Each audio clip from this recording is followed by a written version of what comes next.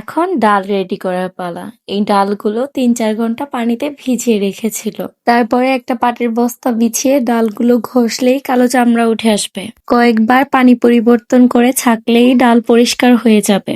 নদী বা পুকুরের পানি দিয়েও ডাল পরিষ্কার করা যায়, তাতে আরো সহজও হয়। ডাল পরিষ্কার করা হয়ে গেলে এখন ডালগুলো বেটে নিব। এখন তো আধুনিক যুগ, আগেকার দাদি নানিরা শিলপাটায় বেটেই বড়ি বানাতো।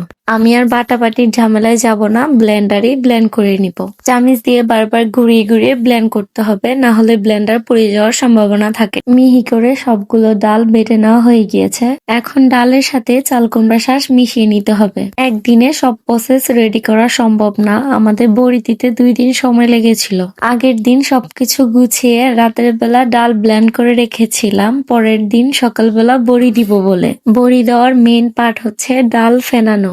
আমাদের অঞ্চলে তো ডাল ফেনানোই বলে, তোমাদের অঞ্চলে কি বলে কমেন্ট করে জানিও। অল্প অল্প করে ডাল বাটা নিয়ে হাতে পানি লাগিয়ে 2-3 মিনিট ফেনাতে হবে। এই ফেনানিটা যত বেশি ভালো হবে, রান্নার পরে বড়ি তত বেশি সফট হবে। যারা নতুন, আগে কখনো বানাননি, তারা পানিতে দিয়ে চেক করতে পারে। পানিতে দিলে ভেসে উঠলেই বুঝবেন ডাল ভালো করে ফেনানো হয়েছে। বড়ি মূলত টিনের উপর দেওয়া হয়, যেই টিনে বড়ি দিব সেই টিনে তেল মাখিয়ে নিচ্ছি।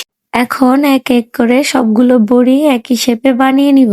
একবার দেখলে এটা যে কেউ বানাতে পারবে, এখানে ঝামেলার কিছুই নেই। সবগুলো বড়ি বানানো হলে 2 দিন রোদে শুকিয়ে নিতে হবে। ভালো করে রোদে শুকিয়ে নিলে 1 বছর অব্দি রেখে খাওয়া যায়। পরের কোনো ভিডিওতে কিভাবে আমরা বড়ি রান্না করি সেটা অবশ্যই দেখাবো।